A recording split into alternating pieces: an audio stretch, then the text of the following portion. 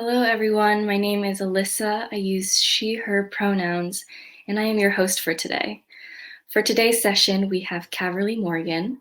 Caverly is the founder of Presence Collective, a community of diverse teachers and diverse practitioners from diverse wisdom traditions, all dedicated to personal liberation, collective liberation, and social justice. She is also the founder of Peace in Schools, a nonprofit that created the first 4-credit mindfulness course in public high schools. Today, she will be guiding us through a guided meditation. And if there's time at the end, you can ask a question. You can do that using the Ask a Question button below, or you can use the chat box to request to come on screen. Before I bring Caverly on screen today, I have a few announcements. First, thank you to Sangha Live for being this platform. Sangha Live is run by donations from all of you. So if you have the means today, use the green button below to offer a donation. Now, some announcements. July 10th, Friday, July 10th will be the last day we are doing this. We're taking a summer break. That is both us and I know that Martin's series will be taking a summer break as well. But July 11th, we just solidified this. At 10 a.m. PST, there's going to be a live book reading. Caverly just released a children's book, a kid's book about mindfulness. So if you want to attend that, look out for more information. After this ends and we take a summer break, Caverly is looking to do a Tuesday morning sit to accommodate for people in different time zones. Currently, she's doing a Wednesday night sit. That's 7 p.m. PST, but we are looking to do a Tuesday morning sit. So if you have a vote, either 9 a.m., 10 a.m., 11 a.m., or noon, you can shoot me an email at alyssa@presencecollective.org to cast your vote. We've already had a few people chime in, but I just want to give people some time to vote if they want to.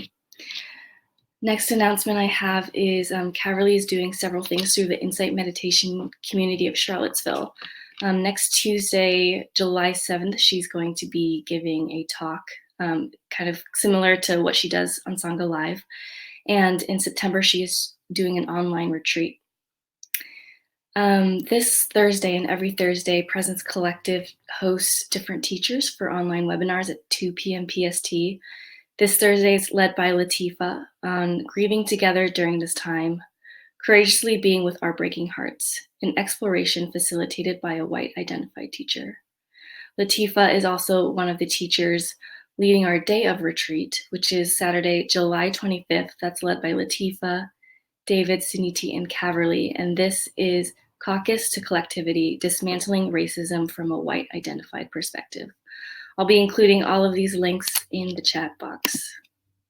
Now I'm going to bring Caverly on screen. Hi, thank you, Alyssa. Good morning.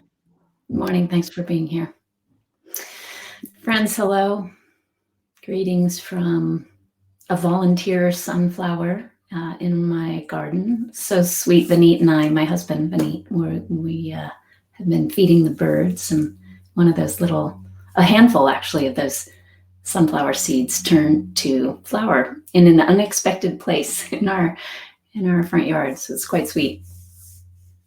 Welcome. Good morning, good afternoon, good evening. Very, very happy to be here. Thank you so much for saying hello on the sidebar. Hi, Jim from Earlysville. I have many loved ones that live in Earlysville. It's a warm place in my heart. And of course, all of you that are saying hello, welcome. Thank you. Thank you for being here.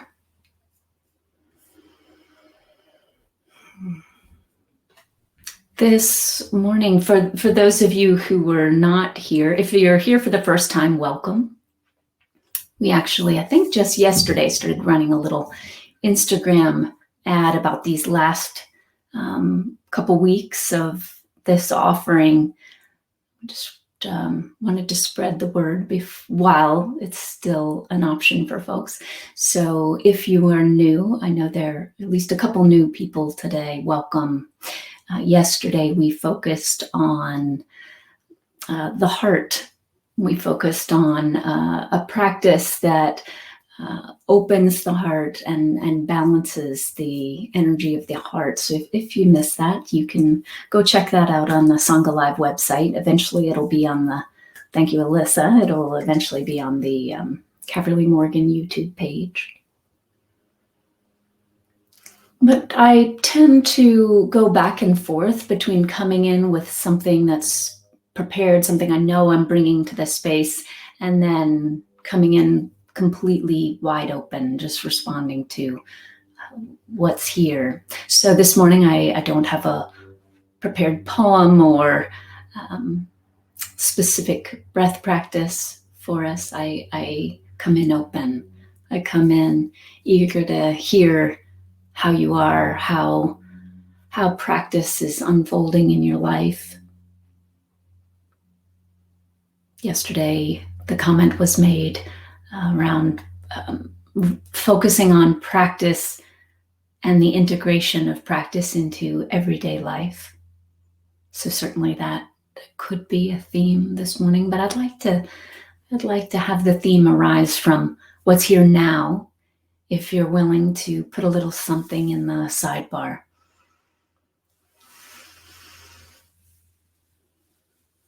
Here's what I'm present to today. Here's what's alive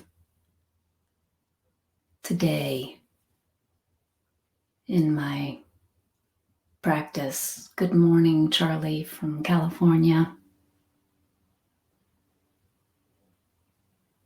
Just want to acknowledge while I'm looking to see if folks want to say more about how they are.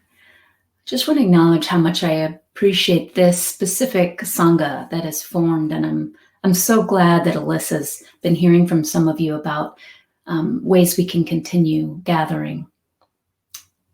So Alyssa and I will talk soon about how long our summer break will be, what works for her, what works for the organization's schedule, my schedule, and then we'll definitely be in touch about that.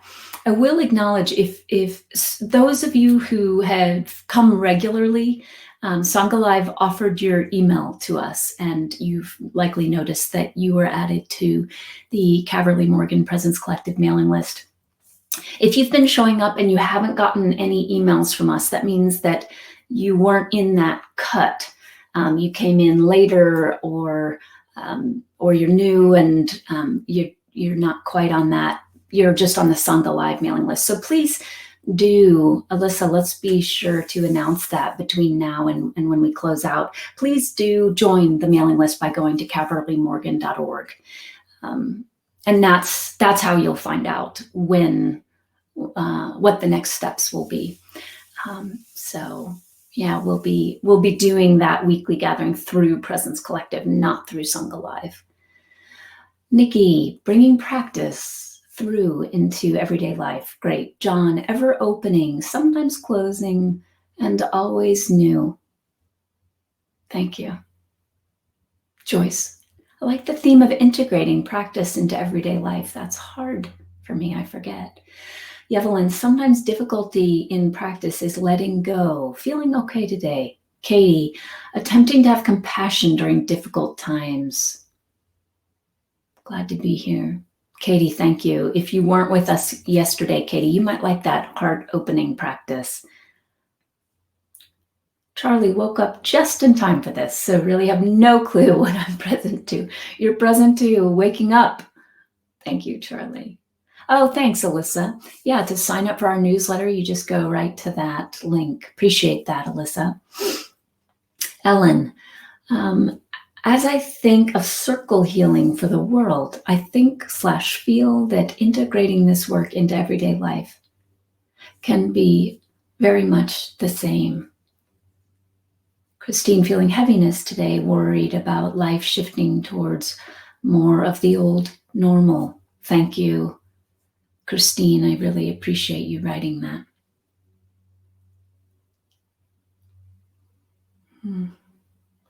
Friends, thank you.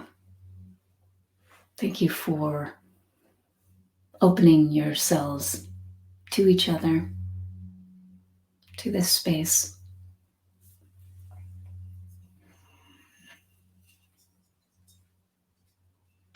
Let's sit.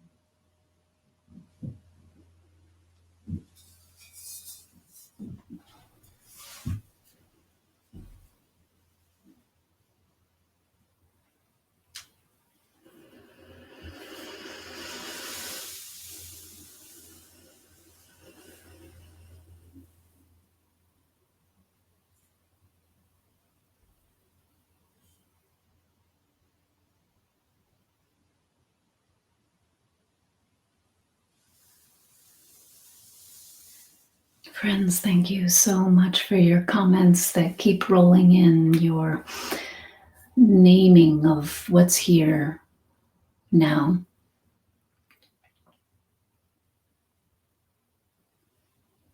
Given that today we'll turn our attention to integrating practice into everyday life,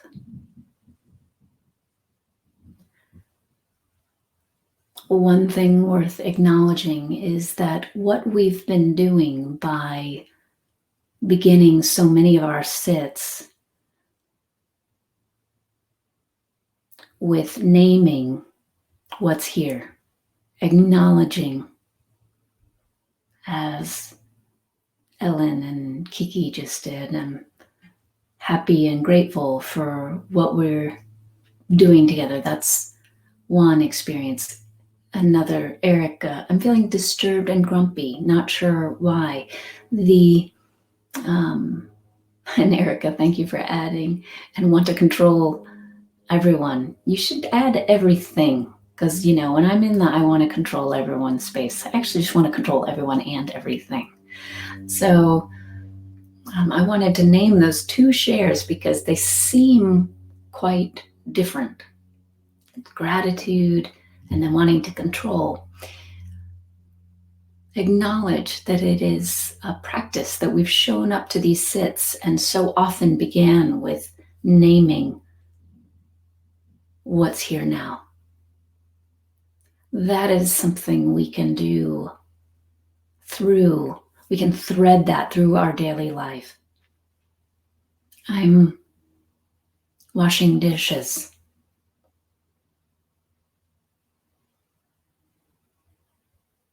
What's here now?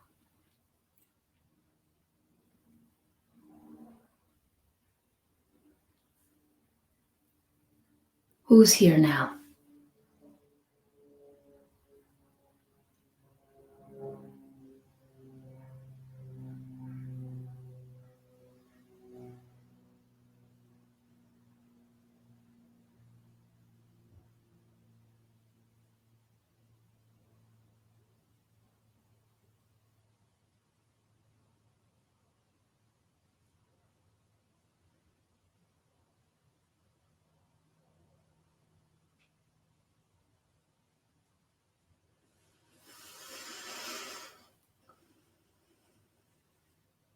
This isn't just a token practice.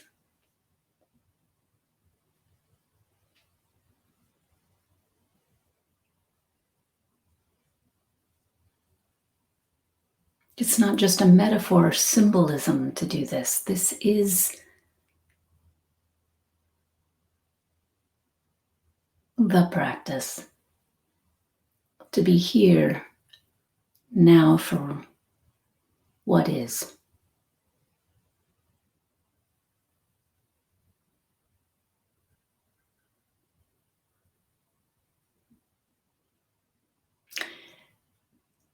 And to see what is.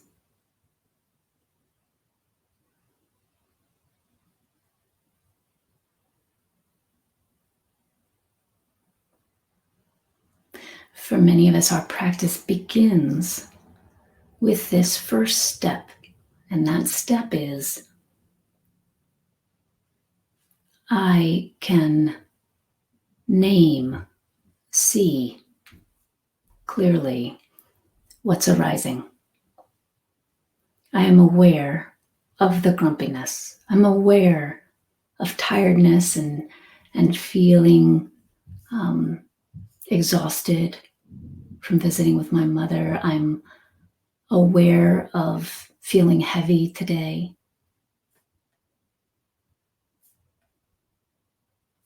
I'm aware of the part of me who has difficulty in practice letting go. I'm aware of the opening and closing.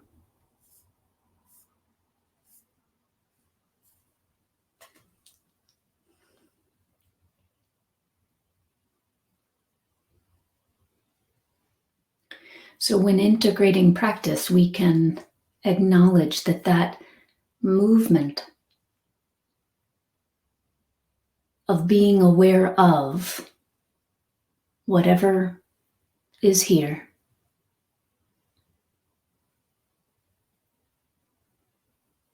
embracing whatever's here with unconditional acceptance,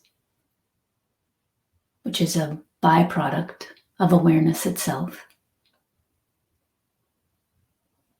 That's step one.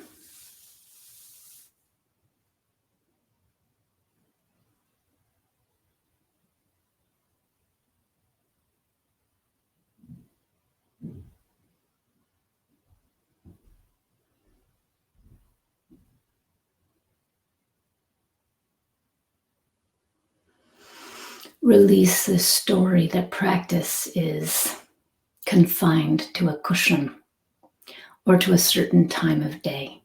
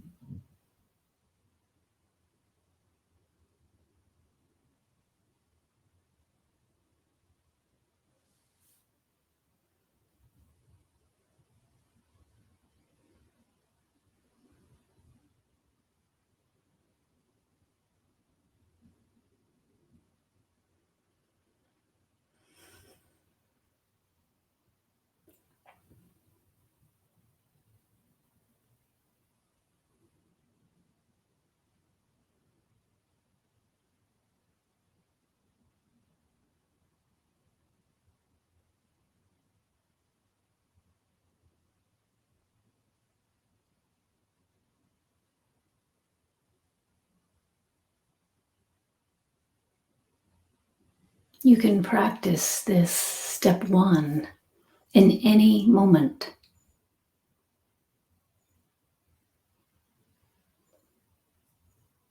The question, who's here or what's here? Some folks really resonate with who's here because it's helpful to them to name, the part of me who's 12 or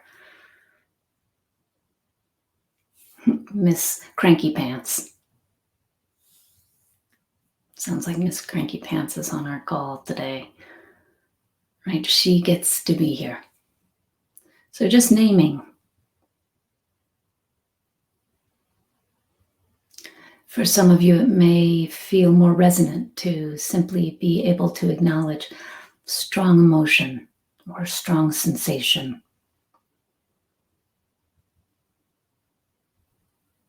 or heaviness, and just leave it at that. That's fine. What's here now? Heaviness.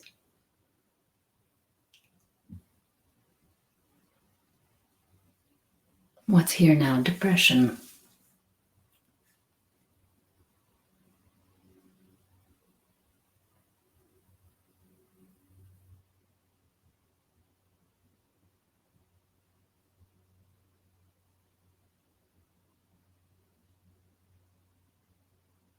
You can only name what's arising from the seat,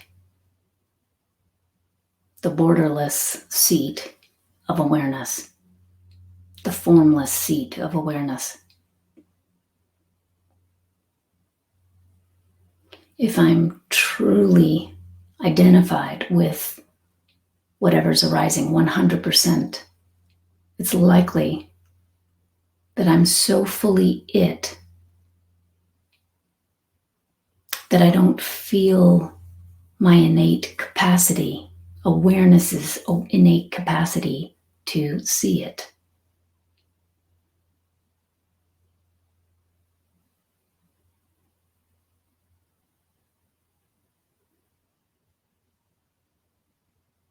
So this step one is, I am not these thoughts. I am not this emotion. I am not this Miss Cranky Pants.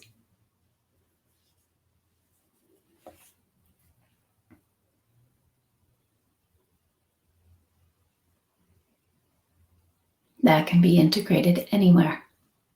It's not, we practice on the straightaways for the curves. So we practice when nothing's going on. We're just here together, sitting. Very little other stimulation.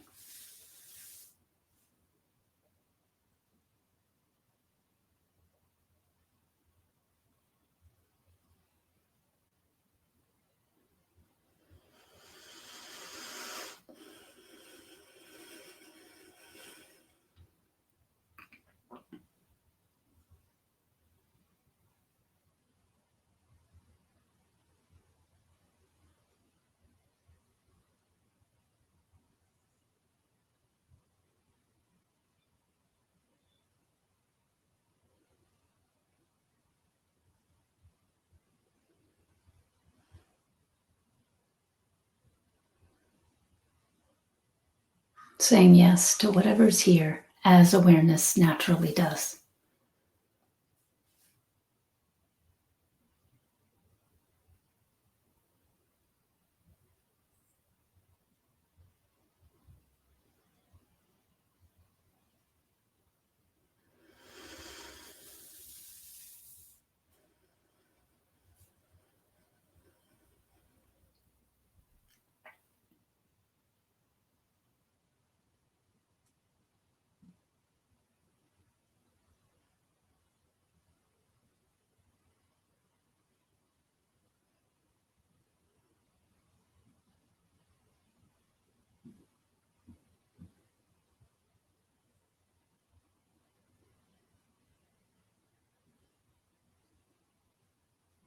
Remember, the notion that practice is something that happens on a cushion is a construct. It's just a belief. I often like to talk about, rather than think of your practice as something you bring into your life. Oh, it's on my checklist now. I meditate at the beginning of each day. Check, it's done. Or, oops, I didn't do it. Bring your life into your practice. Allow practice to be everything.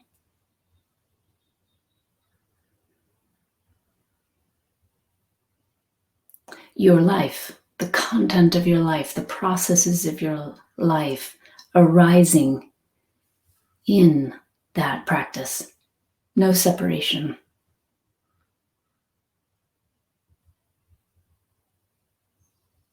Nothing to integrate.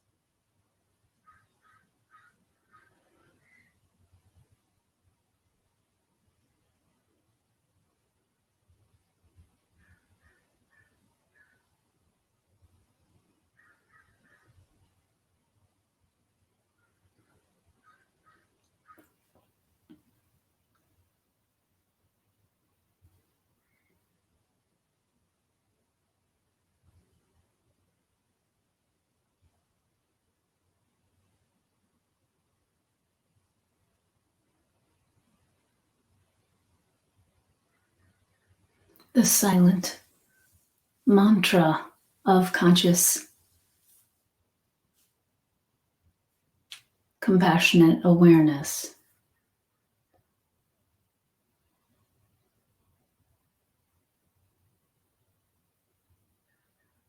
is yes to what is.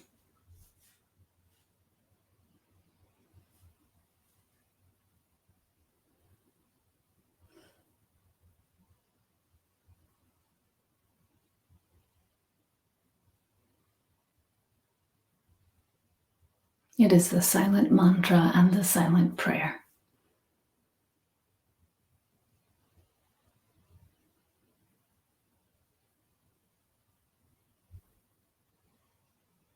Yes to what is.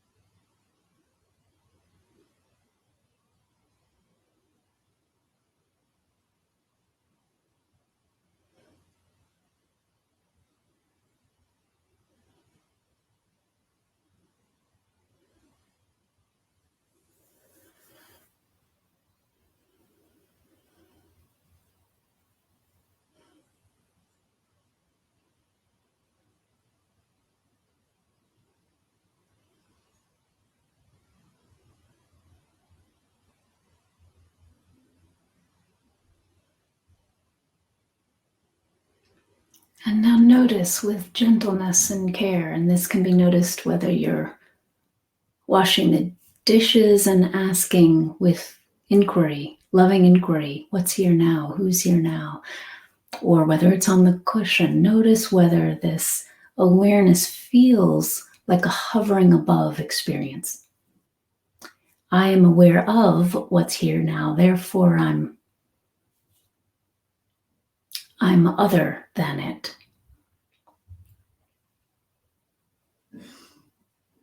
That's fine if that's what's going on. It's sometimes a byproduct of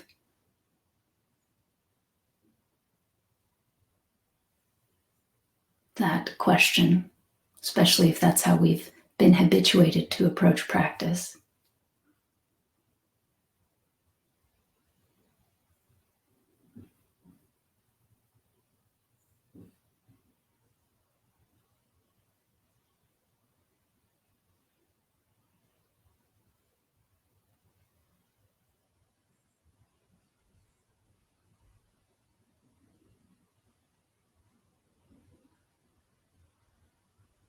You might notice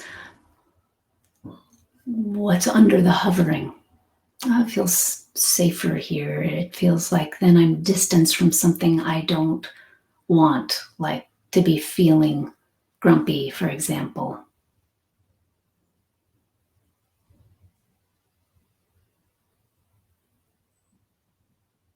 It's a created separation.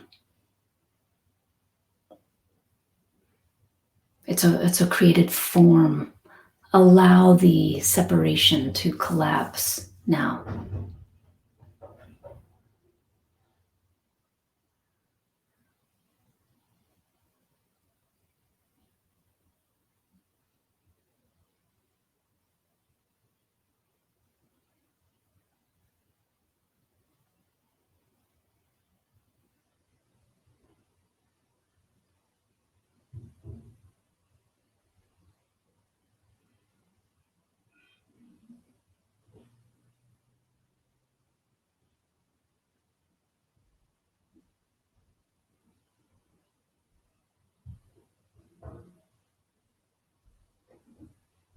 Another way we could talk about this is bring that experience even closer.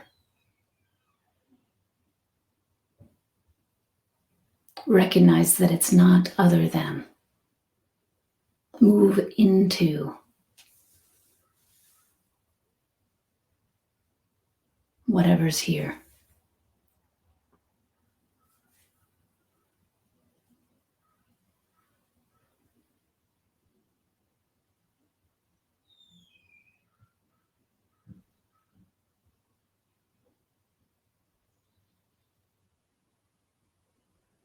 See that whatever's here is made of the same stuff of consciousness. It's made of the same awareness. We don't even really need the word stuff of. We could just say it's made of the same consciousness.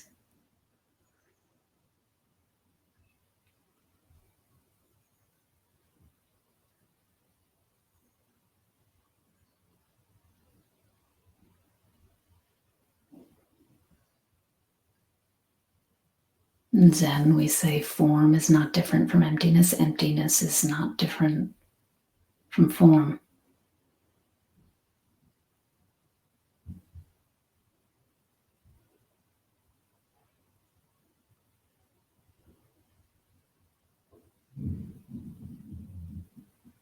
Don't fall for the story that this, whatever this is that's arising, is other than what it's arising in.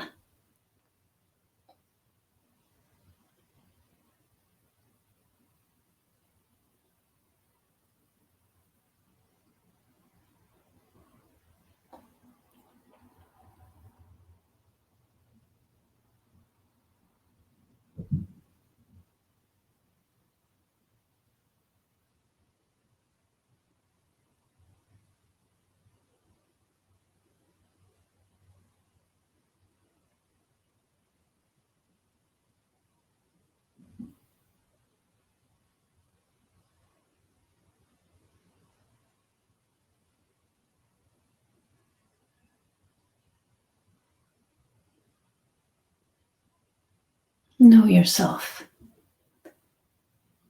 as this.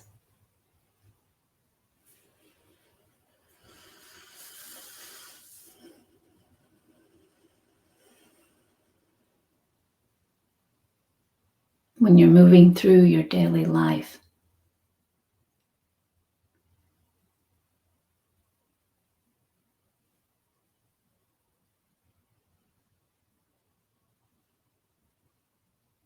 remember this.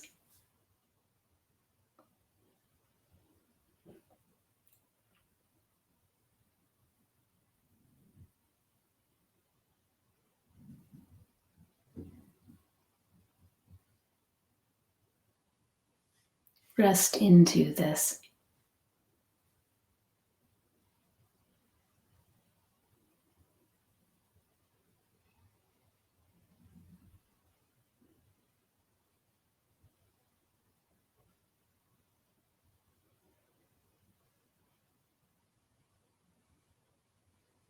Know yourself as this.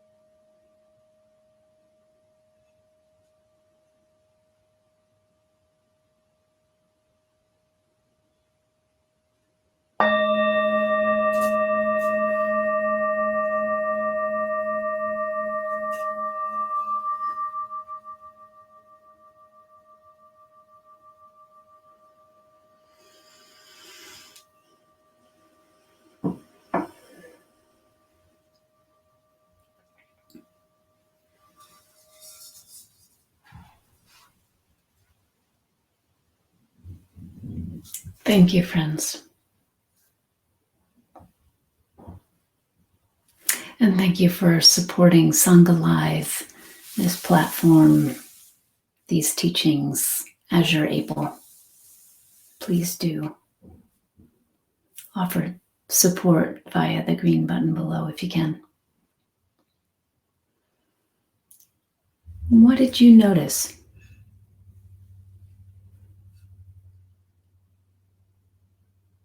What did you see about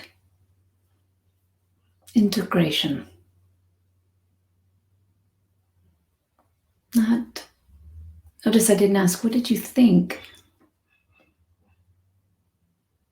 The noticing I'm inviting you to articulate, if you choose to, is a naming of experience, of direct experience.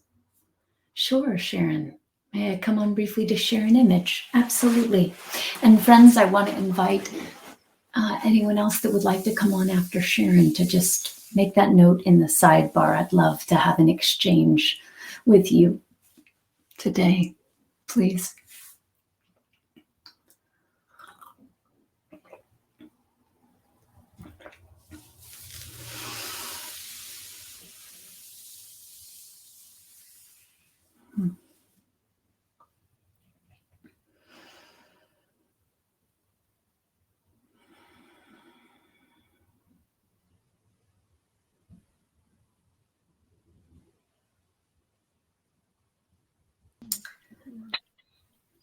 There I am. Hi, Sharon.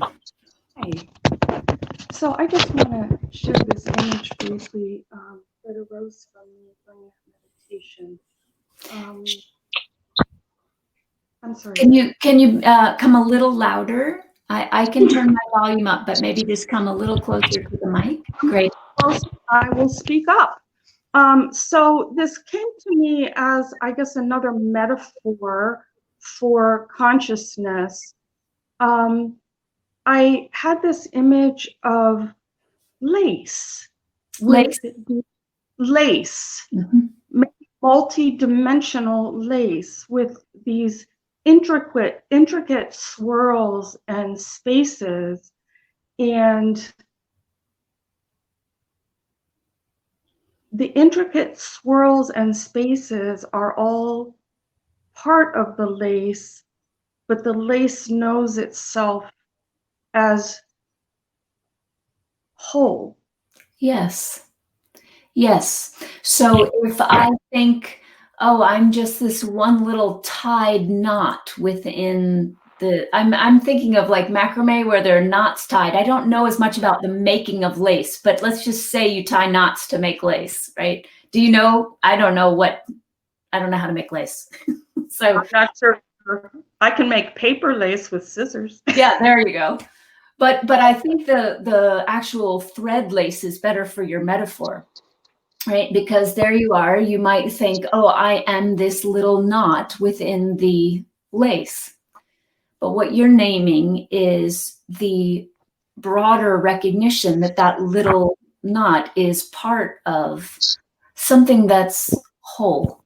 And when we suffer, I've got all these pop-up things, Sharon, I'm just going to close those out. When we suffer, it is due to the distorted view, identifying with the distorted view that we are a separate little knot.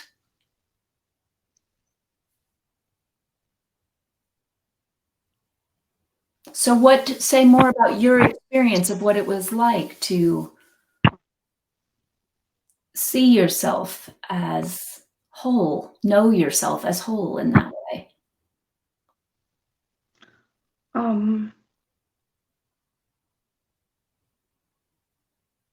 It felt so complete, so vast, so, well, it's indescribable.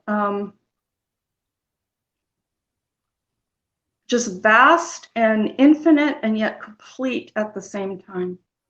Vast, infinite, and complete at the same time. And it was easy to see that each little swirl or space is arising in the lace but the lace knows itself as the whole. I think that's the most important part of your metaphor, Sharon, that it's a self-aware lace. The lace knows it, right? Anytime we bring in a metaphor that has an object in it, it can be easy to think of objects in terms of like, oh, this is matter. So it's this hard, inert substance. But that's actually not the way we're speaking at all. This is a self-aware striker, if we're going to go with the striker as part of the metaphor.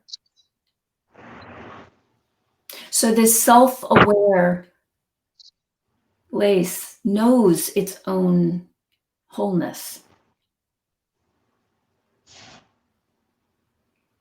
And just to go with this theme that arose today, that remembrance can happen anywhere.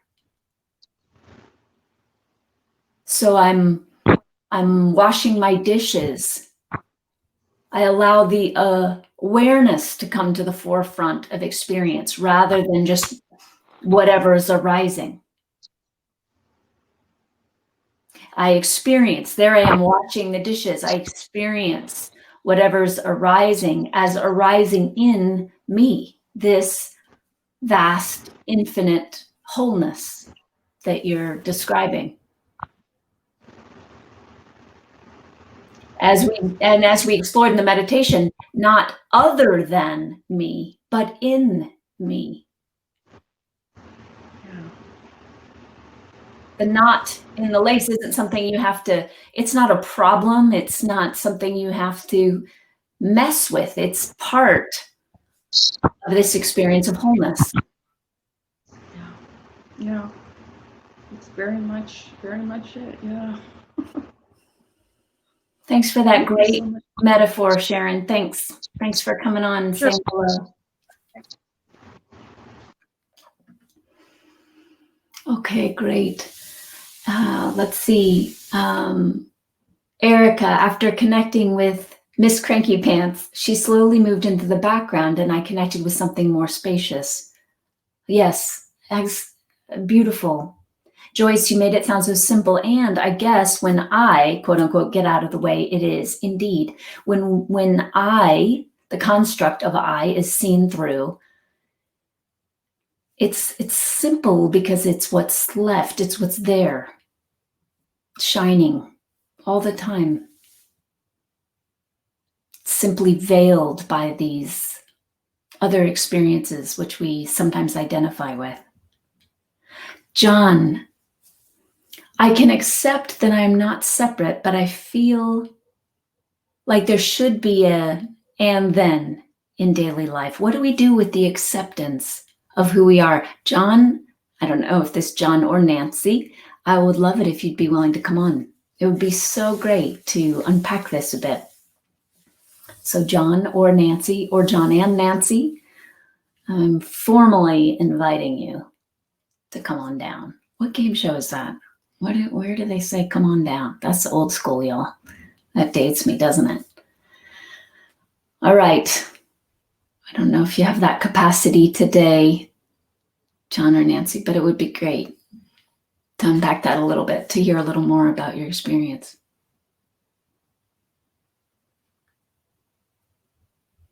The price is right, Kiki. Thank you. Nikki, I realize there's no integration into daily life. And life is the practice. Absolutely.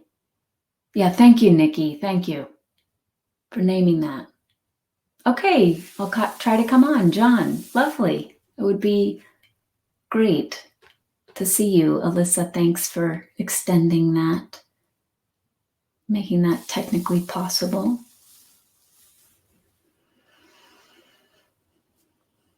Kiki, I would have had to have Googled that later. Thank you for saving me.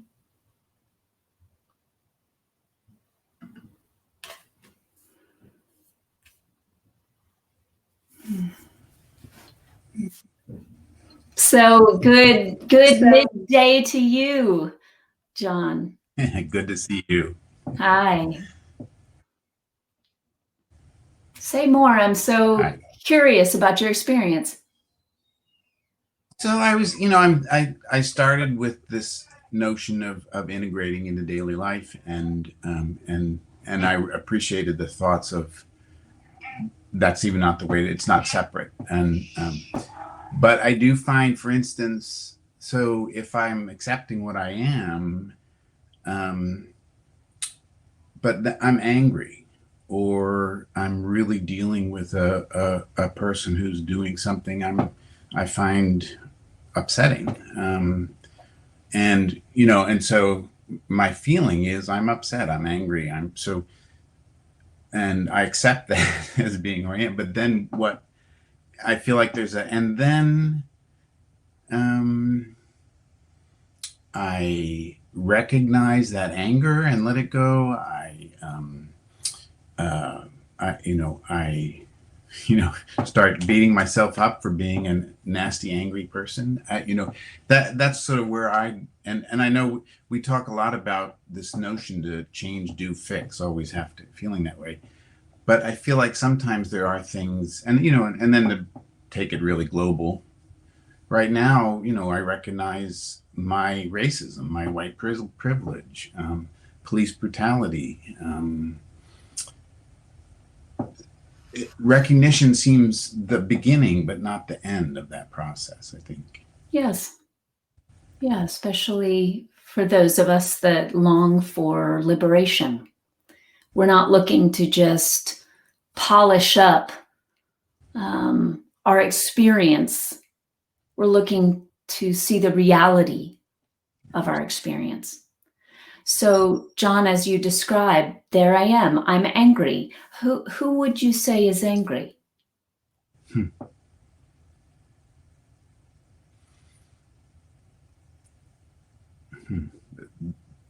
I find those questions really hard, but I guess the first answer would be me. Who the person I believe I am. It might be my set of values, my I'm trying to avoid the exact words you've taught me so well, about conditioned mind and things like that. I mean, I can sort of see that, but I also feel like no, but there is righteous anger sometimes. Yes, and let's for this conversation save the importance of anger and the way in which our anger is justified, and let's save all that for a separate conversation, just because what's at the heart of your question is really, what do I do with this experience in relationship to practice? And the way you're talking about it, this experience could be anything that's arising. It could be strong anger. It could be great sadness, right? It could be anything. It could be tremendous joy or love. It could be tremendous joy, right? What you're describing, though, is the process of suffering. And that might be too strong of a word, just the discontent that arises when we identify that experience as me. Because as you so accurately point out, John, once it's me, I'm angry, then the next thing that happens is I am in relationship with that anger. So I'm angry, and then here are my flower tumors. So I don't normally meditate with like sharp scissors next to me. Sharp objects. It's just what's here. So I'm angry, and then the next thing that comes in, it's actually kind of perfect. You shouldn't be angry, or right, something that's in relationship with the anger. You're a meditator. You should be able to fix that anger, whatever. It shouldn't be happening. It's not okay. What shifts when we recognize all of this arising in me, and we name the me as not this, and also not this? What is that me?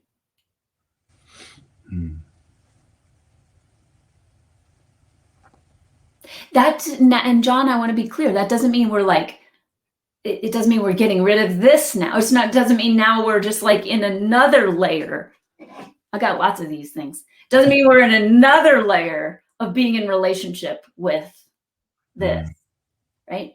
What's that me, John?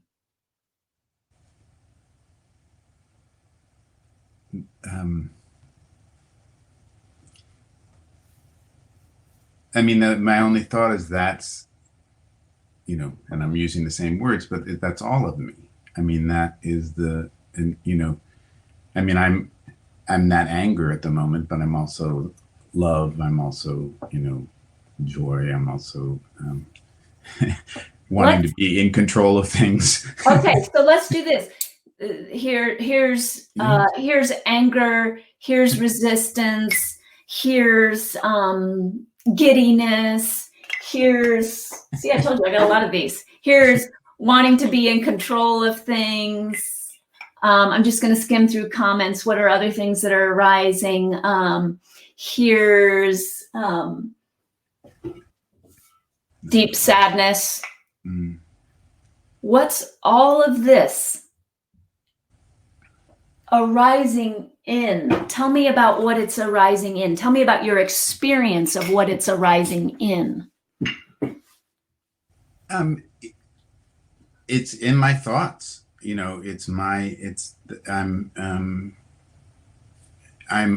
literally, I'm identifying each of the, you know, if we're going to use your objects, I'm identifying each of your objects. You know. Okay.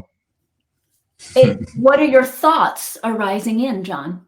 Thanks for playing with me here. What are your thoughts? What are your thoughts? You're pushing me into a very What am I pushing you into? No. I don't know what, you know, I really don't know what. Okay, good. You know, that's your place of exploration right now. We're so focused on the objects of our experience. I'm focused on the anger. I'm focused on the resistance. I'm asking you now to deeply explore. What are these different thoughts, these different objects of experience arising in? Is what they're arising in limited the way that thought forms are?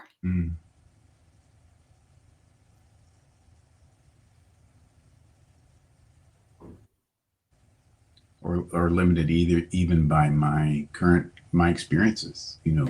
Are they limited by experience? Yeah.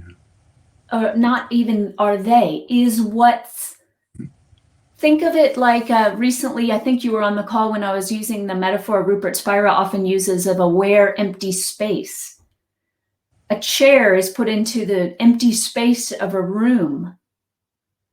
Is the empty space of the room affected by that chair?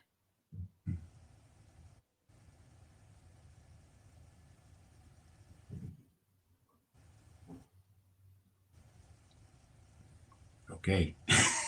I think I have a lot to think about, but you also are making me go back to the Suzuki quote about beginning mind full of possibilities and the expert mind limited, and that whole you know, notion of there's much more there than I've constructed anyway.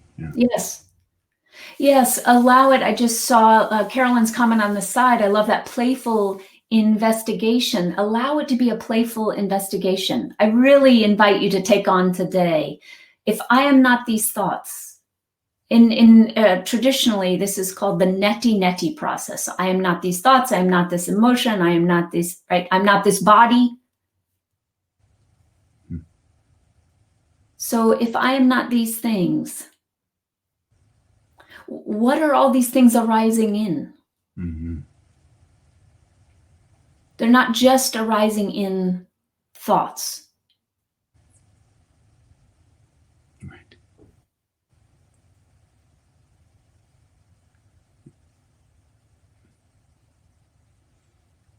I almost have to stop calling them thoughts. You know? Exactly. That's actually, John, that what you just did is you went to your direct experience, which isn't nameable in thought form in the way that we're conditioned to label everything. to label everything. You just went straight to the experience that actually has no label. We can give it a word or words, but it actually has no label.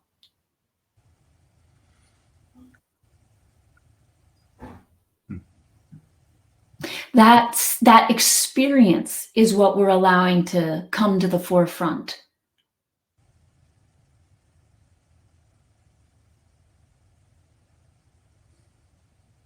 Because it's usually hidden behind all these other objects. Right. Our expert mind hides them. Our expert mind hides them.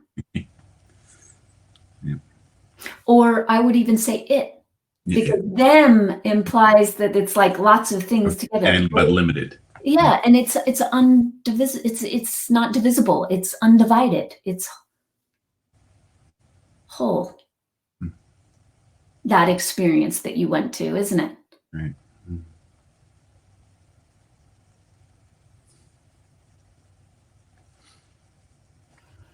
Thank you so much for Thank you. coming on. It's fun to play. Thank you. And I'll work on it. Thank you.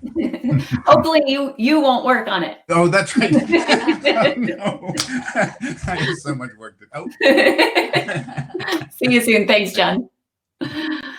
Friends, thank you so much. I acknowledge we're a minute over. I'll definitely be reading all of the comments in the sidebar before I sign off, and we will continue tomorrow. Thanks again for being here.